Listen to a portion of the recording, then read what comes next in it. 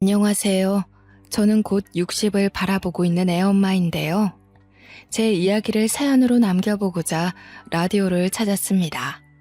어려운 형편이다 보니까 자식들 키우느라 이 한 몸 뼈 빠지게 고생해야 하는 건 사실 당연하지 않습니까? 또 이런 가난이 그렇게 악착같이 살아가지 않고는 답이 없는 인생이잖아요.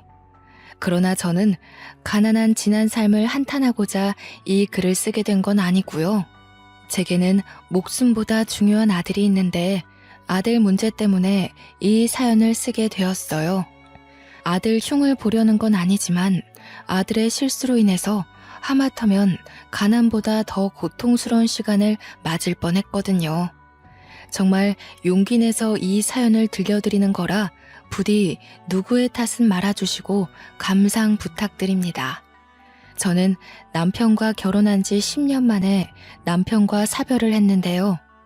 한순간에 홀몸이 된 저를 버티고 극복할 수 있도록 만들어준 자랑스러운 존재들이 있습니다. 바로 남편의 자리를 든든하게 채워준 두 아들이었죠. 첫째 아들과 둘째 아들은 나이 차이가 10살이 나는데 거의 첫째가 둘째를 키우다시피 보살폈어요. 그 말은 제가 둘째를 출산하자마자 남편을 잃었다는 말과도 연결이 되죠. 남편과 함께한 첫째의 출산과 달리 둘째의 출산은 제게 갑작스러운 산통이 와서 119를 불러 실려가게 된 경우였습니다. 당시 형편이 좋지 않았던 시절이라 남편이 주간일 끝나고 밤에 대리운전을 하고 있었어요. 첫째가 대신 남편한테 전화해서 제 사정을 알렸나 봐요. 뒤늦게 제 상황을 알게 된 남편이 놀라서 일을 일찍 마무리하고 급하게 병원을 오다가 교통사고를 당해버린 겁니다. 제가 출산한 몸이라서 남편이 눈 감는 그때 옆에 있어주지 못한 것이 아직도 한으로 남아있어요. 저는 당시 당장 움직이기도 힘든 몸인데다가 장례를 봐줄 사람이 없어서 바로 발인을 해야 했습니다. 첫째가 그 어린 나이에 어른들이 시키는 대로 따르면서 남편의 마지막 길을 배웅해 주었어요. 참 기특하면서도 하필 그 당시에 출산한 제 스스로가 너무 원망스러웠습니다. 남편과 저는 함께 가난했지만 남편이 늘 제게 풍족한 사랑을 주면서 버팀목이 돼주었는데요. 집안의 든든한 기둥이 사라지자 그 사실만으로 세상이 무섭고 정말 많이 힘들더라고요. 제가 당시 아이들을 두고도 어른답지 못하게 매일 밤 울었던 걸로 기억합니다. 그런 제 마음을 어린 첫째 아들이 미리부터 알고 일찍부터 철이 들어버리는데 한몫해버리고 말았죠. 첫째는 어린이일 때부터 아이답지 않았거든요. 첫째가 당시에 초등학생이었는데 갓 태어난 둘째 때문에 제대로 어리광도 한번 못 피워본 착한 아이예요. 저도 남편을 잃고 정신없는 상황에서 둘째한테만 신경을 쓰는 바람에 첫째를 많이 못 챙겼거든요. 그럼에도 첫째는 불평도 없었고 학업 성적이 떨어지는 것도 아니었습니다. 오히려 반장까지 하면서 반에서 모범을 보였어요. 첫째가 꼭 받아오는 상이 하나 있었는데 학교 생활과 타 학생들에게 모범이 되면 주어지는 표창장을 매년마다 받아오더라고요. 그럴 때면 둘째만 챙기느라 첫째의 학교 생활을 들여다봐주지 못한 것이 얼마나 미안한지 모릅니다. 아직까지도 첫째 아들만 생각하면 엄마 노릇 한번 못해준 게 그렇게 후회와 미련이 남아요. 알지만 그럼에도 불구하고 당시 제겐 갓난아기인 둘째가 너무도 큰 영역을 차지하고 있었어요. 한 번씩은 제가 아이에게 해선 안 될 기대를 첫째에게 바라면서 화낼 때가 있었는데요. 호준아, 엄마가 동생한테서 눈 떼지 말라고 그랬잖아. 아유, 애 머리 빨개진 것 좀 봐. 멍들겠네. 이런 데 올려놓으면 금세 구부러진다고 몇 번을 얘기했어. 내가 분명히 보고 있었는데 잠깐 화장실 다녀온 건데 호영이 어떡해? 많이 다쳤어? 다음에는 더 조심할게. 죄송해요. 지금 생각해도 제가 유독 첫째한테는 참 계모 같은 엄마였죠.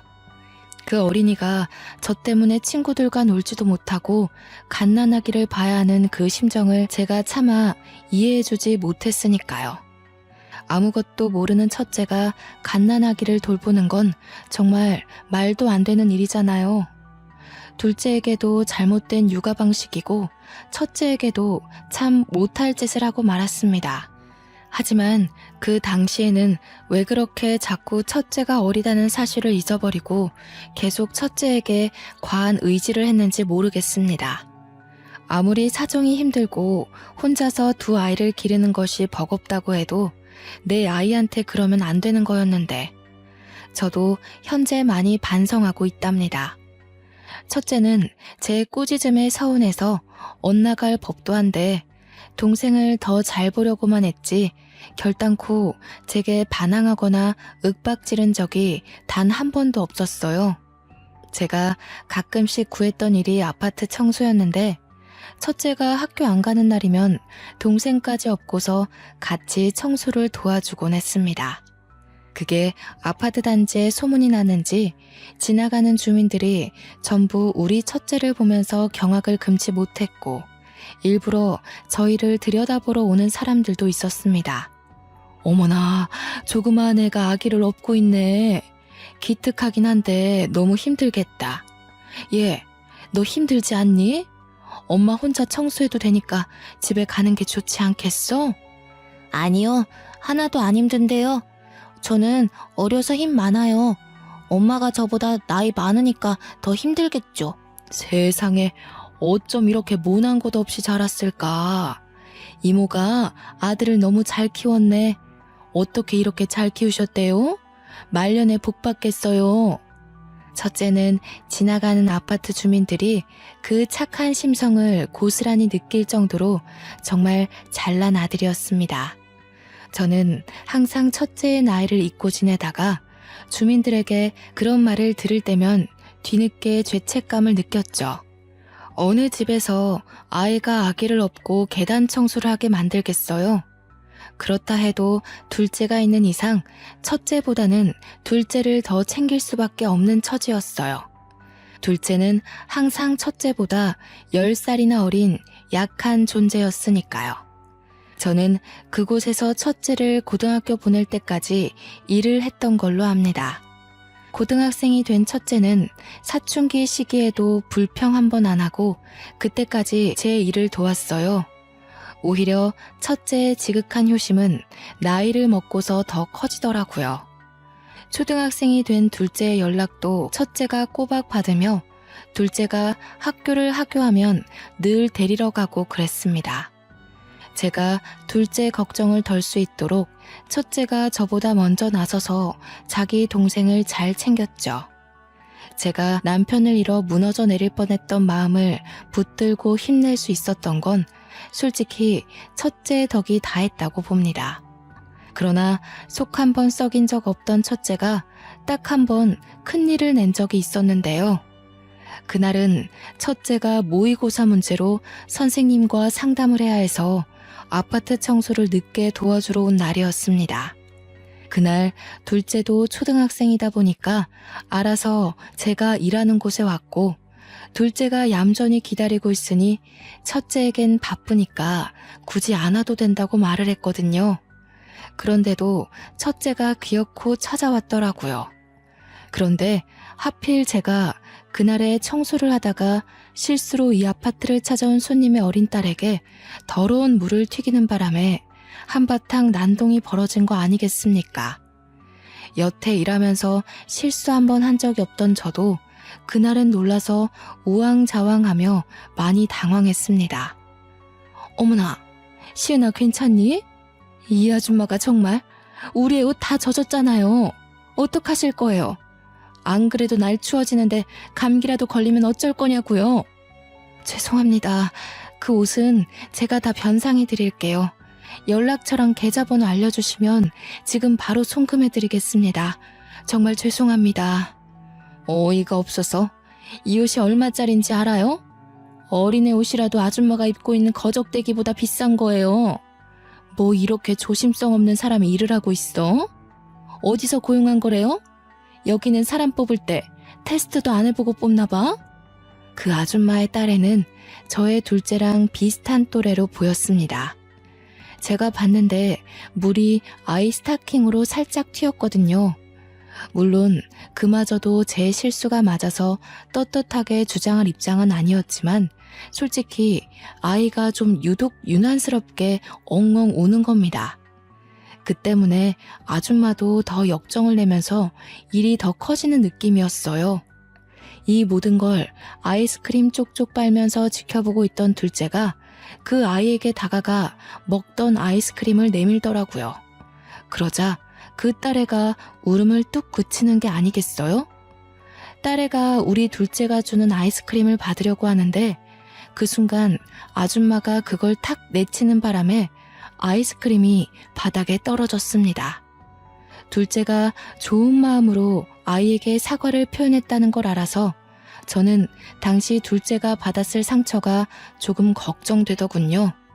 이 꼬맹이가 더럽게 어디다 대고 그런 불량식품을 들이대? 애미나 새끼나 구질구질한 건 똑같아가지군. 더러우니까 저리 가. 얼른.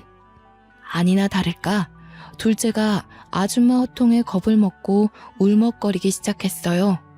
이젠 아줌마 딸이랑 제 아들이랑 둘이서 울어대는데 저는 얼른 둘째를 아줌마 곁에서 떨어뜨려 놓으며 뒤로 숨겼습니다. 잘못 없는 내 자식에게까지 불똥이 튀니 그것만큼은 도저히 봐줄 수가 없어서 한 소리 하려고 했습니다. 어른 잘못은 어른끼리 해결해야지 죄 없는 아이한테 트라우마를 남겨줄 필요는 없는 거잖아요. 그래서 아줌마한테 당장 사과하려고 소리치려 했습니다. 그런데 하필 그때 바로 첫째가 나타났지 뭡니까? 첫째는 나타나자마자 한마디 말도 안 하고 곧장 행동으로 보여줬는데 제가 청소한다고 쓰고 있던 물동이를 들어서 그 아줌마에게 사정없이 뿌려버렸습니다. 저도 놀랐고 아줌마도 화장이 흘러내리는 줄 모르고서 경직된 채 굳어 있었죠. 더러운 게 있어서 청소 좀 하려고 하는데 비켜주시죠. 냄새가 나서 물 10바가지는 더 부어야 될 것 같네요. 계속 그렇게 서 계실 거면 직접 걸레질도 해드려요? 아줌마는 뒤늦게야 첫째를 향해 크게 상화를 보였습니다. 당장 우리 첫째를 어떻게 할 것 같은 표정으로 비명을 질렀죠. 제 딴에는 너무 큰일이었던지라 저는 떨리는 심장을 부여잡으며 제 자식들을 데리고 얼른 그 자리를 빠져나왔습니다. 혹시 아줌마가 쫓아와서 거액의 돈을 변상하라고 난리를 칠까봐 도망치듯 집으로 왔어요. 김우준, 너 어디서 그런 못된 짓을 배웠니? 엄마가 그렇게 가르쳤어? 아무리 화가 나도 그렇지 어른한테 그러면 어떡해? 그런 것도 어른 취급을 해줘야 된다고? 내 식구가 뻔히 당하고 있는 걸 멍청하게 가만히 보기만 했어야 해? 내가 힘이 있는데 왜? 네가 힘이 있긴 뭐가 있어. 너 아직 고등학생이야. 저런 돈 많은 아줌마가 작정하고 우리 집안 망하게 하면 네 앞길 단번에 막히는 거라고. 세상에서 돈이란 게 얼마나 무서운 건지 아니? 종이 쪼가리 그게 별것 아닌 것 같아도 그 고작 돈 때문에 우리가 이 모양 이 꼴로 사는 거야. 엄마야 돈 때문에 힘들어봤으니까 그런 소리 하는 거겠지. 나는 이렇게 살면서도 한 번도 돈 아쉽다는 생각 해본 적 없어. 나한텐 돈보다 가족이 먼저야. 굶어 죽더라도 나는 내 가족이 그런 취급받는 거 절대 못 내버려둬. 앞으로도 오늘 같은 일 있으면 주먹을 써서라도 나설 거야. 그날이 처음으로 첫째가 제게 반항을 했던 날이었습니다. 제게는 그날 첫째의 행실이 꽤나 충격과 반성으로 다가왔어요. 엄마 일이라면 항상 발벗고 나서는 착한 아들에게서 문득 벅찬 가족애를 느꼈고 둘째 때문에 신경 못 써주는 사이 훌륭하게 자라고 있었다는 걸 깨우쳤죠. 그렇게 화를 냈던 첫째의 마음도 결국은 식구를 위한 마음이었는데 저는 그걸 알면서도 그저 참아야 했다고 가르치는 어리석은 엄마였던 겁니다. 저는 첫째의 마음을 이해하지만 그러다 어려운 우리 형편에 큰 화라도 당할까봐 그걸 더 걱정했던 것 같아요. 첫째한테 한 소리 들은 그날 이후 제 자신이 정말 창피하더군요. 가족이 없었다면 돈 같은 것도 이렇게 악착같이 비굴하게 쫓지 않았을 텐데 결국 돈이 필요한 근본적인 이유가 가족인 건데 사는 게 버거운 나머지 그 중요한 걸 잊고 있었지 뭡니까. 저는 그 아줌마의 강력한 민원 때문에 결국 일을 잘렸으나 그게 첫째 탓이라고 생각하지 않았습니다. 첫째는 자기의 욱한 성질 때문에 제가 잘린 거라고 사과를 하더군요. 그러면서 저한테 대들었던 일까지 용서를 비는데 가족을 위해서 용기 있게 나서준 아이의 기계를 어떻게 대들었다고 표현하겠습니까?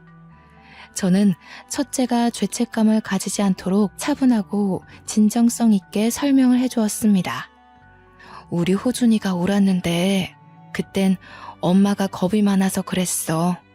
엄마는 우리 형편에 마냥 고개 숙이는 게 잘 살아가는 방법이라고 생각했거든.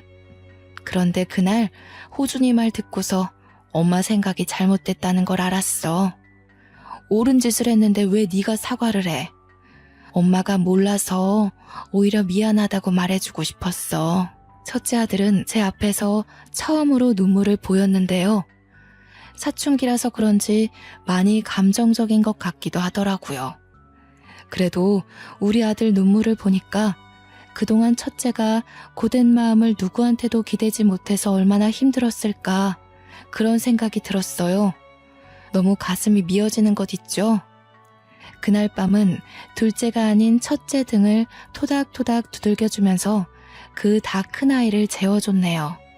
그 이후로 가끔씩 그 아파트를 지나가면 주민들이 저희를 알아보고 아쉬워하며 안부를 물어봐주곤 했습니다. 특히 첫째를 많이 궁금해하셨는데요. 첫째가 곧 대학 입학을 앞두고 있다니까 세월 참 빠르다면서 자기 아들 생각하듯 진심으로 자랑스럽게 봐주더라고요. 그러면서 감사하게도 첫째 수능 잘 보라고 이런저런 간식 선물도 많이 받았습니다. 하지만 첫째는 대학을 가지 않는 걸 택했어요. 바로 경시 공부를 하겠다고 하는데 저는 처음에 그런 첫째의 생각을 반대했죠.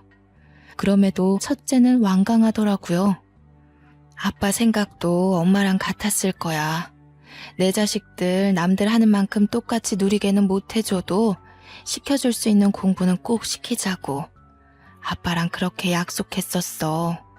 엄마가 대학 보내줄 수 있다는데 왜 안 가겠다는 거야? 돈 때문에 그래? 나는 불의를 일으키는 사람이 너무 싫어서 경찰이 되려는 건데 경찰대학 가는 게 아니라면 굳이 대학을 갈 필요 없어. 무용지물인 스펙을 뭐하러 돈 벌어가면서 다니겠어? 공채 시험으로도 충분해. 빨리 경찰이 돼서 한 살이라도 체력 좋을 나이에 승급할 거야. 어릴 때부터 그랬지만 첫째의 결정은 제가 어떻게 말릴 수가 없어요. 물론 내버려 두더라도 그게 염려되는 건 없었습니다. 첫째가 제 알아서 잘하는 것도 있고 꼭 한다면 하는 아이였거든요. 그렇게 바로 공채시험 준비에 돌입한 첫째는 낙방 한 번 없이 합격해서 형사과에 지원하여 지금은 제법 기수가 찬 형사가 되었습니다. 이건 아들이 나중에 알려준 사실인데 사실 경찰대학을 갈 학점이 충분히 되었다고 해요. 등록금이 저한테 부담이 될까봐 말을 못했었고 이유가 돈 때문이라고 말하면 엄마가 어떻게 해서든 자기를 대학교로 보낼까봐 숨겼다고 하네요.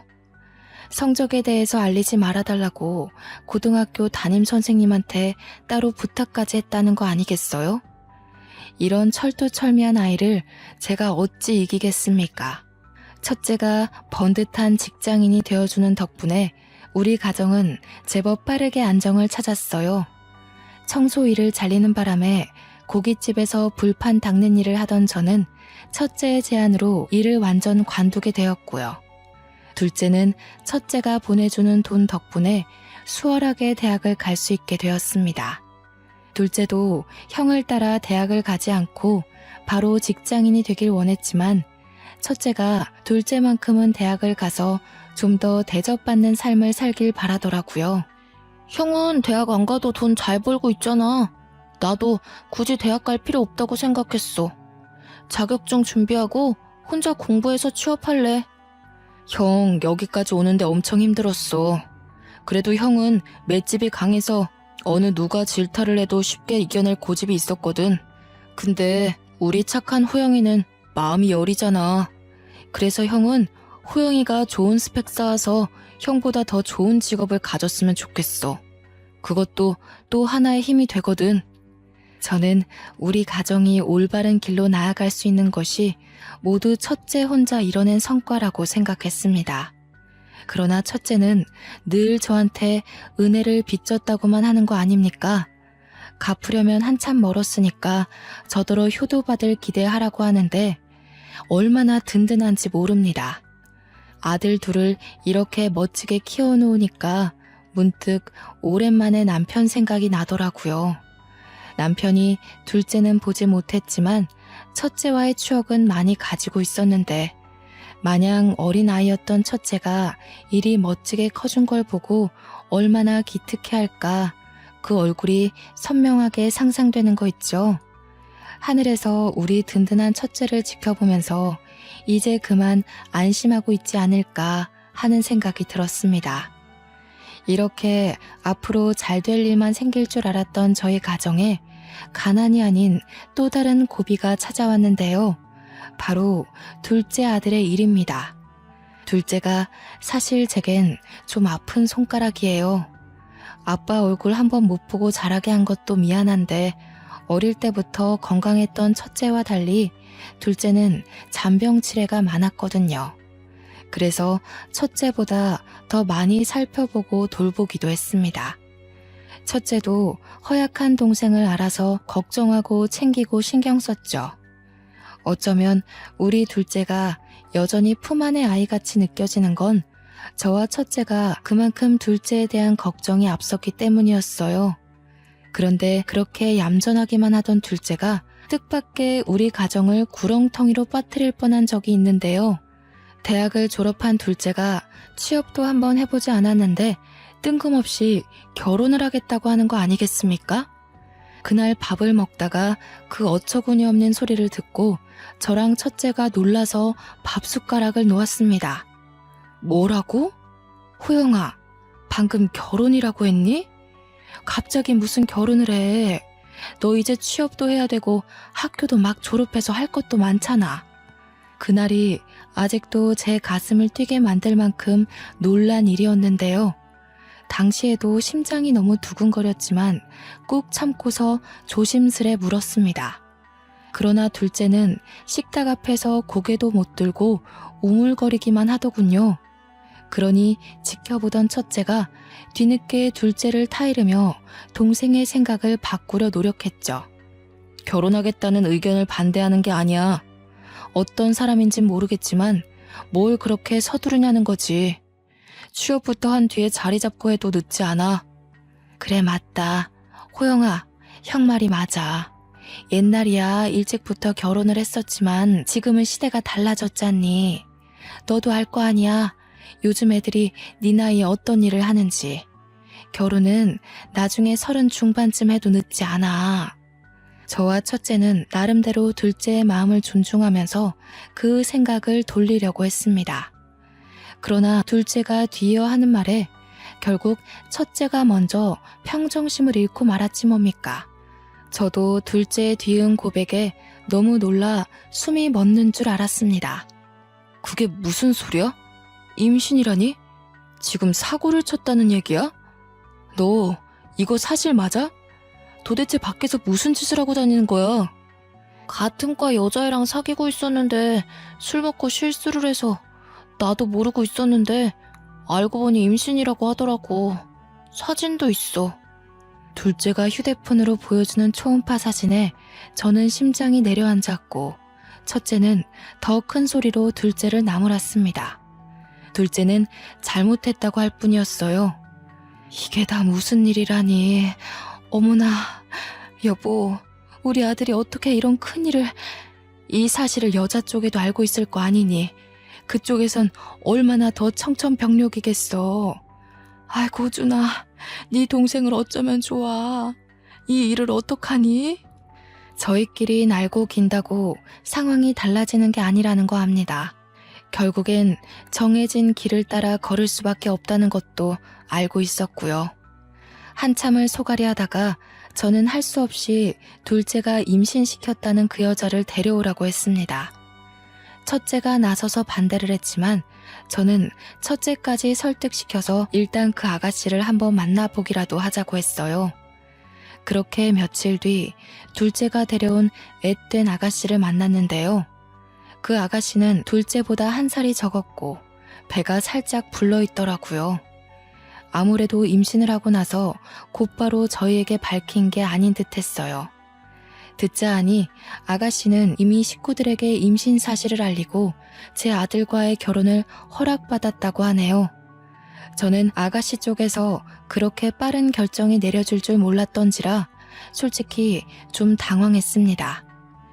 여자 쪽에서 어떻게 내 딸한테 그런 짓을 했냐고 제 아들을 나무랄 줄 알았거든요. 생각보다 많이 시원한 여자 쪽 식구에 놀라 있는데 뒤이어 아가씨가 하는 말은 저를 더 당황하게 만들었습니다. 어머님께서 허락만 해주시면 저희 어머님 집에 바로 합가를 할까 해요. 결혼식 하기엔 돈이 없으니까 이 집 들어오게 되면 혼인신고 먼저 하려고요. 허락해 주실 거죠? 신혼 차릴 여건이 안 되니깐 분가보단 합가를 하는 게 좋겠죠. 그런데 둘이 경제적으로 준비된 것도 없으면서 뭘 어쩌겠다고 그런 실수를 저질렀어요? 어릴수록 더 조심했어야지. 쫓기듯 이 상황까지 오게 됐다지만 지금 이게 얼마나 큰일인지 알기나 하는 건가? 알아. 그래서 반성하고 있어. 그렇지만 지금은 이미 아이가 생겨버려서 형이 돈 잘 벌잖아. 형이 좀 빌려주면 내가 취업해서 꼭 갚을게. 둘째 말 그대로 우리는 첫째 덕분에 30평대 아파트로 이사를 오게 된 건데요. 서울 아파트 비싸잖아요. 온전히 첫째의 벌이로 전과 비교할 수 없을 만큼 편안한 팔자를 누리는 중이었어요. 그럼에도 첫째 등골이 크게 휘는 정도가 아니었다는 건 첫째가 확실히 경제적으로 지분이 크다는 말과 같습니다. 둘째랑 아가씨 둘이서 나름대로 방법을 생각했던 건지 둘째가 자기 형 눈치 보면서 말을 하는데 다소 기가 막혔던 건 옆에서 낯짝 뻔뻔하게 들고 있는 아가씨의 말 때문이었어요. 아주버님이라고 불러야 되겠죠? 그런 말 생전 해본 적이 없어서 어색하다. 아주버님, 저희 돈 좀 빌려주시면 안 될까요? 진짜 꼭 갚을게요. 호용 오빠가 경영학과 나왔잖아요. 대기업 취직하면 금방 갚을 수 있어요. 그 돈을 왜 제 동생만 저한테 갚아야 된다고 생각해요? 그쪽은 제 동생한테 빌붙기만 할 거라는 뜻이에요? 어머, 무슨 말씀을 그렇게... 당연히 저랑 호용 오빠 결혼하게 될 텐데 그럼 호용 오빠 돈이나 제 돈이나 같은 거죠. 원래 부부라는 게 그런 거잖아요. 쓸데없이 당찬 아가씨의 모습에 첫째뿐 아니라 저도 할 말 잃었습니다. 잠깐의 만남으로만 봐도 아가씨 성품이 얌전한 타입은 아니라는 게 느껴졌거든요. 어쩌다가 우리 조용한 둘째 아들이 이런 왈가닥 여자와 어울리게 되었는지 나중에는 현기증이 나더라니까요. 별 수 없이 이대로 결혼을 시켜야 하는 건가 골머리를 앓고 있었는데 며칠 뒤 뜻밖의 일이 생겼습니다. 둘째가 면접 보러 가서 없는 집에 그 아가씨가 혼자 찾아온 거 아니겠습니까? 첫째도 근무 시간이라서 그 시간에는 저만 집에 있었어요. 어머님, 저 오늘 여기서 저녁 먹으려고 왔어요. 호용 오빠랑 같이 오려고 연락했는데 호용 오빠가 먼저 가 있으라고 하더라고요. 들어가도 되죠? 곧 식구가 될 아가씨니까 집에 오는 건 문제되지 않았습니다. 그러나 이렇게 무작정 찾아오는 것이 한두 번이 아니라는 겁니다. 한 번 찾아오기 시작한 아가씨는 일주일에 4번 정도는 연달아 찾아왔어요. 어떨 때는 둘째 방에서 자고 가기도 했습니다. 배가 불러있는 여자를 함부로 내칠 수도 없고 결혼하기 전까지 거리를 두라고 떼어놓을 수도 없어서 참 난감하더라고요. 결국은 둘이 결혼을 시켜야 하는데 저도 하루 일찍 며느리로 집에 들여야 하나 고민이 더 늘어갔어요. 결혼을 시키는 쪽으로 마음이 기울던 어느 날 둘째와 아가씨 관계에 대해 다시 돌아보게 된 계기가 있었는데요. 역시나 첫째와 둘째가 없는 그 시간에 아가씨가 또 찾아와서 오후부터 둘째 방에서 뒹굴거리고 있었어요. 제가 잠깐 장보러 나가야 될 것 같아 그 아가씨한테 집을 봐줄 걸 부탁했습니다. 네, 어머님. 천천히 다녀오세요. 참, 오시는 길에 복숭아 하나만 사주시면 안 될까요? 호영 오빠 아이가 아무래도 딸인 것 같아요. 자꾸 복숭아가 먹고 싶은 것 보면. 어차피 장보러 가는 거라서 복숭아 하나 사오는 건 어렵지 않았어요. 알겠다고 말한 뒤 문단속 잘하고서 나섰는데 깜빡하고 장바구니를 안 챙겨왔더라고요. 당시 둘째 문제로 정신머리가 없어서 뭘 자꾸 까먹게 되는 거 있죠. 그래서 다시 집으로 돌아갔는데 바로 그때 저는 놀라운 말을 듣고 말았습니다. 호영 오빠 말고 형 되는 사람을 잡아야 될 것 같아. 호영 오빠는 허우대만 멀쩡하지 능력이 없어서 못 써먹어. 이름이 호준이던가? 그 오빠 돈 많아 보이더라. 이 아파트도 그 오빠 돈이래. 참, 나 이번 주 산부인과 가야 되는데 같이 가줄 거지? 몰래 남의 얘기를 듣는 것도 간 떨리는 일인데 심지어 엄청난 걸 들은 듯해서 두렵기까지 했습니다. 그대로 급하게 집을 나온 저는 장 보러 가는 내내 아가씨의 말을 곱씹어 보았어요. 그런데 생각할수록 그 아가씨가 뭐 대단한 비밀을 감추고 있는 느낌이 드는 거 있죠. 혹시 아가씨 뱃속의 아이가 우리 둘째가 아닌 건 아닐까 싶은 생각이 들기 시작했어요. 그러나 단지 엿들은 내용만으로 뭘 어떻게 알아볼 방법이 없어서 떨리는 가슴만 안고서 시간을 흘려보냈습니다. 혼자 소가리만 하다가 이대로 제가 뭔가를 알아볼 기회라도 놓치게 될까봐 결국 첫째를 몰래 불러서 그동안 엿들었던 내용을 알렸는데 첫째가 듣자마자 바로 행동으로 실천하는 겁니다. 그 뒤로 첫째는 형사기질을 발휘하여 아가씨를 뒷조사하기 시작했습니다. 아가씨는 서울 변두리 쪽에 집이 있었고 이혼 가정의 외동딸이었는데 원래는 잘 살다가 아빠 주식 때문에 집안이 망해서 부모님이 이혼을 했고 당시 일하는 사람이 엄마 하나라고 했습니다. 엄마도 전문적인 일이 아닌 아르바이트식으로 어렵게 돈을 모으고 있는 듯 했어요. 첫째가 한 번은 그 아가씨 뒤를 밟은 적이 있었다는데 따라가 보니 아가씨가 자기 엄마 일하는 곳을 찾아갔다고 하더군요. 그러나 첫째가 당황한 건 다른 부분에서 있었는데요. 그곳에서 아가씨 엄마를 보고 놀랐다고 했습니다. 그래서 더는 지켜보지 못하고 그대로 사진 몇 장만 찍고 바로 돌아왔다네요. 그리곤 그날 오후 어김없이 아가씨가 집을 찾아왔을 때 첫째가 그 사진을 처음 보여줬는데 아가씨가 엄청 당황하는 거 아닙니까? 지금 사람 뒤 밟았어요? 형사라고 그렇게 막 함부로 사람 미행해도 되는 거예요? 사진은 왜 찍는데요? 이거 초상권 침해예요? 당장 지워요? 왜요? 들키면 안 되는 거라도 있나 보죠? 어쩜 모녀가 하는 짓이 그리 똑같습니까? 정말 치가 떨려서 말이 안 나오더군요. 엄마도 봐봐. 이 아줌마 알 거야. 첫째가 보여주는 사진을 봤는데 사진 속 아줌마를 어디서 본 것 같긴 하지만 잘 기억이 나질 않았어요. 제가 고개만 갸웃거렸더니 첫째가 설명해 주더라고요. 제가 아파트 청소할 때 처음으로 민원을 넣은 아줌마라고요. 그제서야 그 악질 아줌마 얼굴이 생각났고 동시에 그 옆에 초등학생으로 보이던 딸의 얼굴까지 떠올랐어요. 바로 앞에 서 있는 아가씨를 보는데 그 어린 딸의 얼굴과 비스무리하게 겹치는 것 같기도 한 겁니다. 설마 그 아줌마 딸이 이 아가씨인가 싶더라고요. 둘째도 당시에 초등학생이었지만 자기 딴에는 큰일이어서 그런지 그때의 상황을 기억하는 것 같았어요.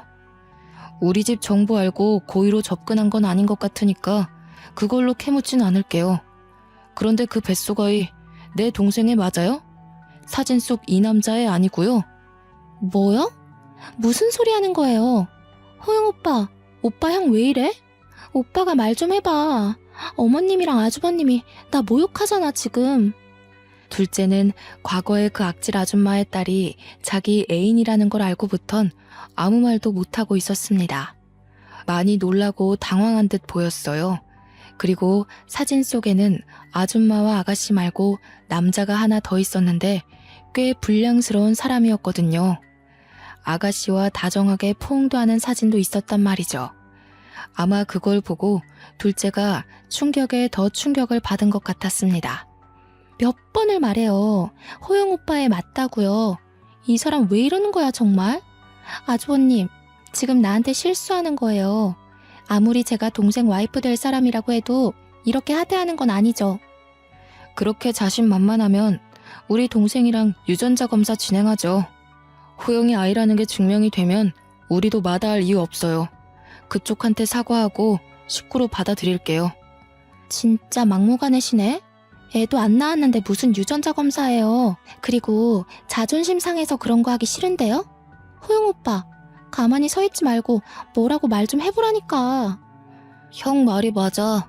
나도 이미 이걸 봐버린 이상 검사했으면 좋겠어. 시은아, 너 양수 검사해. 나도 정액 검사 받을게.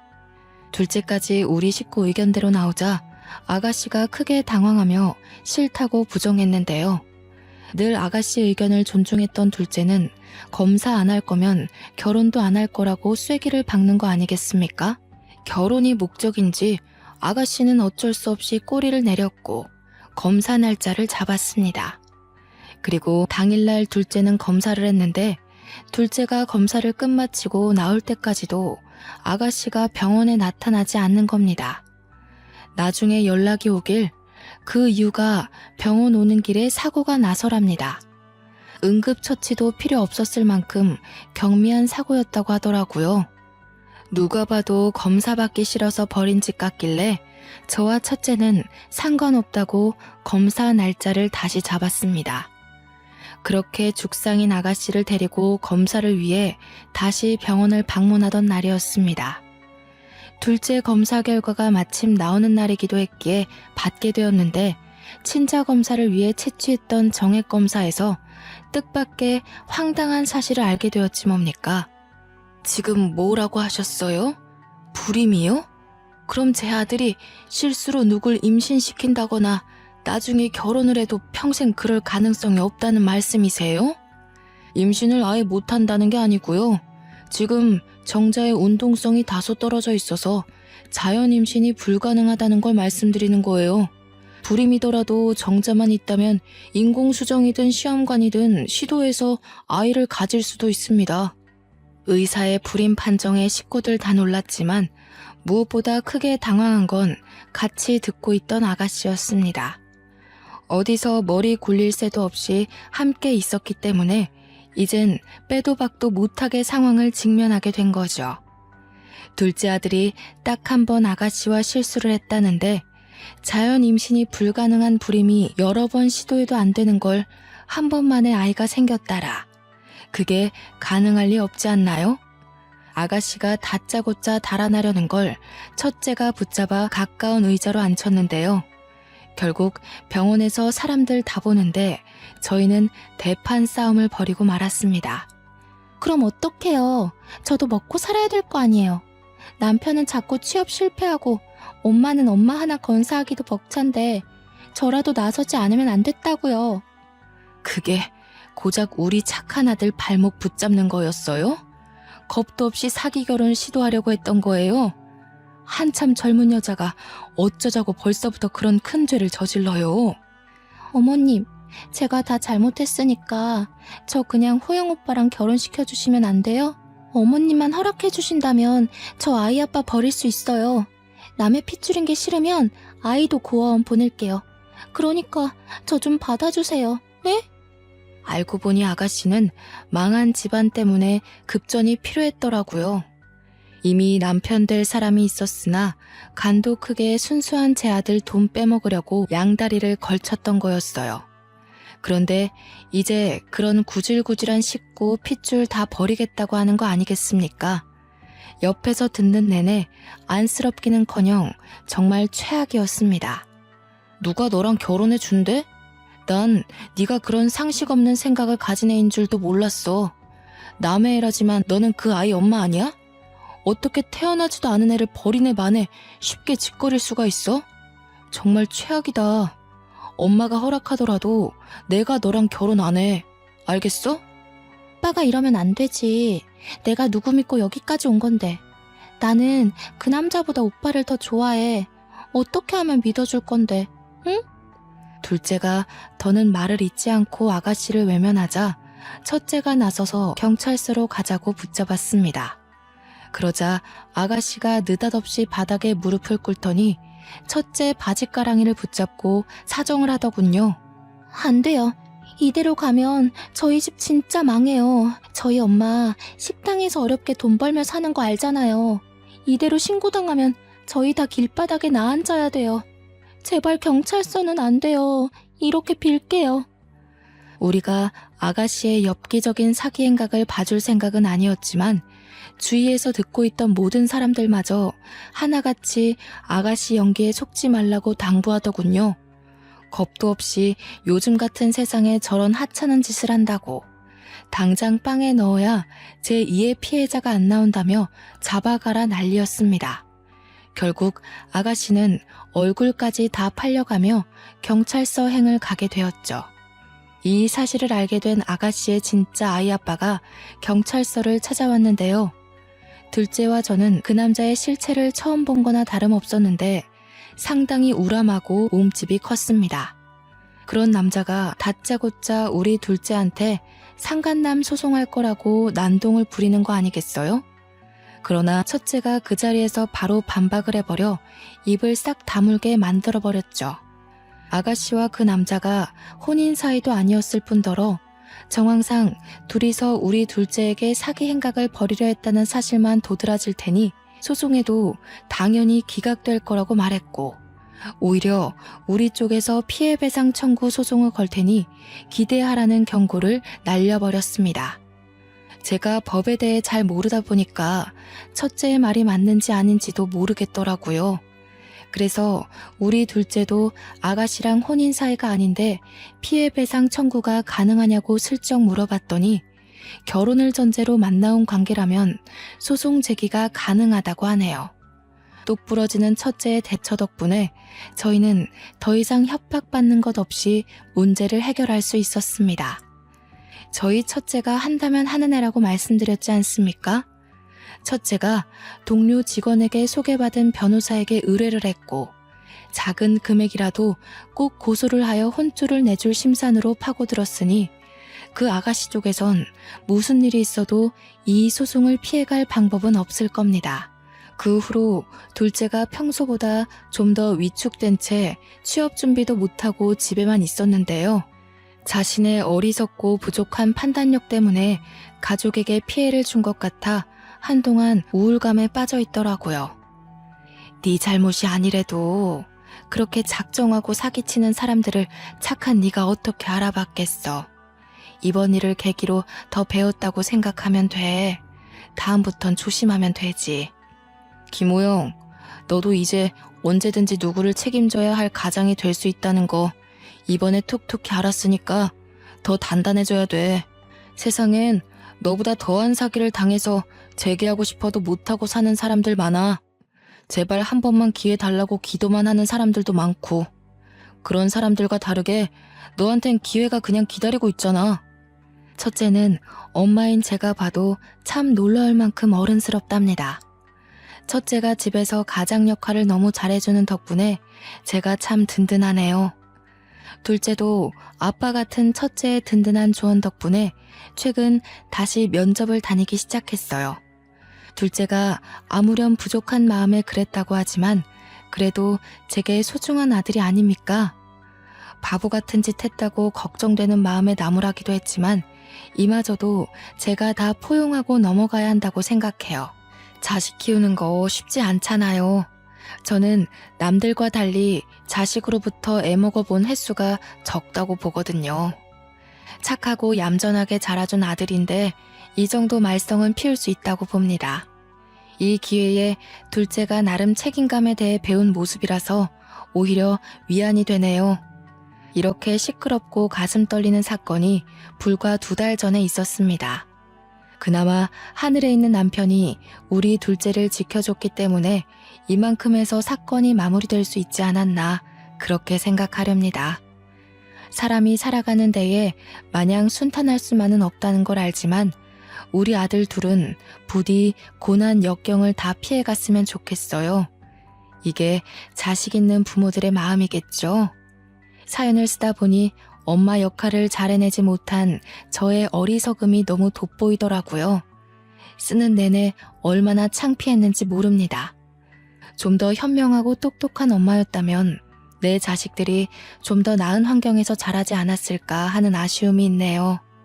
그래도 이렇게 모자란 저를 대우해주고 늘 우선으로 봐주는 착한 아들들이 있어서 제가 엄마 소리 듣고 잘 살고 있지 않나 싶습니다. 제 사연이 혹시 듣기 불편하진 않으셨나 모르겠어요. 사연을 즐겨 듣다가 저도 한번 도전해보고 싶어서 첫째 아들한테 컴퓨터를 좀 배웠거든요. 이걸 쓰는데도 거의 반나절이 걸렸지 뭡니까. 첫째가 도와준다고 하는데도 온전히 제 손으로 읽어내느라 한참 진땀을 뺐네요. 이제 이야기도 마쳤으니 그만 일어나서 허리 좀 펴야겠습니다. 서투른 제 사연 감상하신다고 고생 많으셨습니다. 모두 가시밭길을 피해가는 삶을 살길 바랄게요. 감사합니다.